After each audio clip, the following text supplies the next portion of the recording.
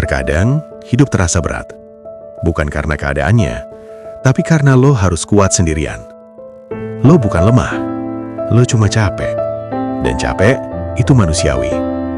Kalau hari ini lo ngerasa nggak ada yang dengar, atau diam-diam berharap semuanya berhenti sejenak, tetap di sini. Video ini buat lo, karena lo pantas didengar.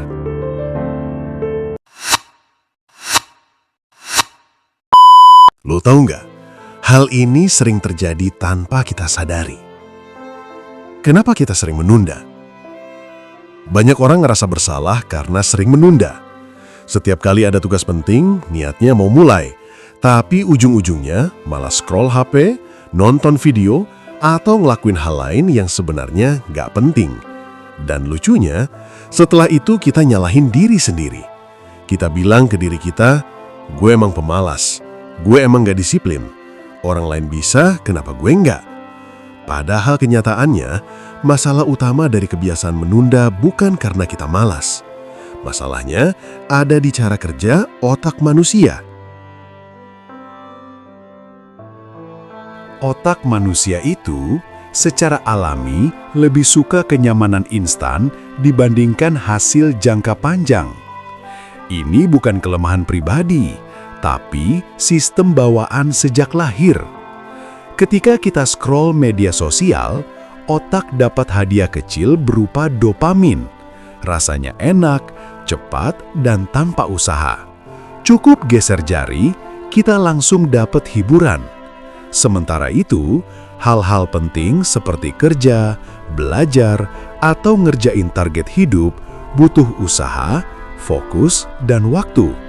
Hasilnya nggak langsung kelihatan.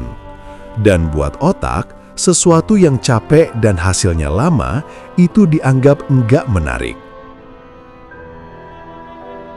Inilah kenapa menunda itu terasa alami. Bukan karena kita nggak mampu, tapi karena otak selalu milih jalan termudah. Masalahnya, kalau kebiasaan ini terus dibiarkan, pelan-pelan hidup bisa jalan di tempat tanpa kita sadari. Hari demi hari lewat, bulan berganti, tahun berjalan.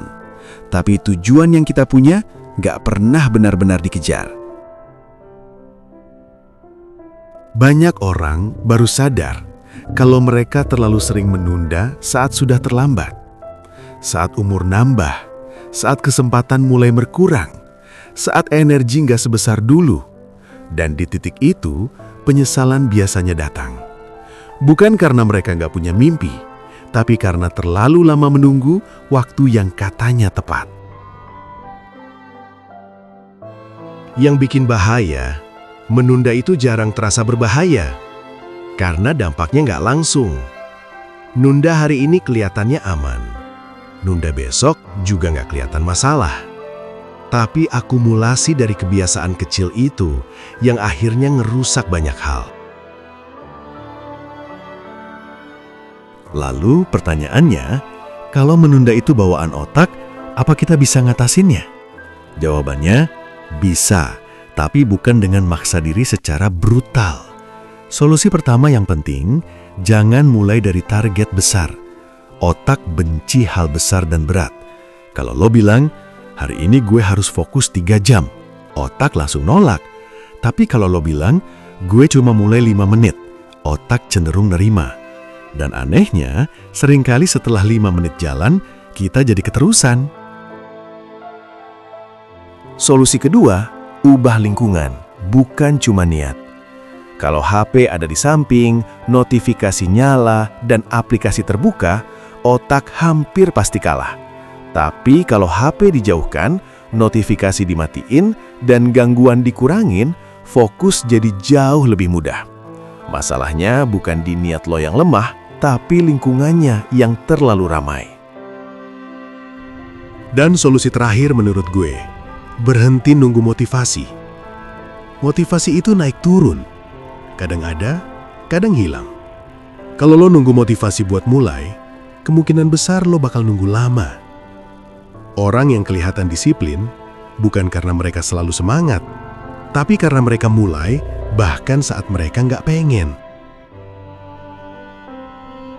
Yang perlu lo ingat, menunda bukan tanda kegagalan. Itu cuma sinyal kalau otak lo lagi cari aman. Dan tugas lo bukan melawan otak, tapi mengakalin cara kerjanya. Mulai kecil, mulai sekarang, mulai walau nggak sempurna. Karena pada akhirnya, hidup jarang berubah karena satu keputusan besar. Hidup berubah karena keputusan kecil yang diambil secara konsisten. Dan mungkin keputusan kecil itu adalah berhenti menunda hari ini. Menurut lo, hal apa yang paling sering lo tunda selama ini? Tulis di komentar, kita bahas bareng.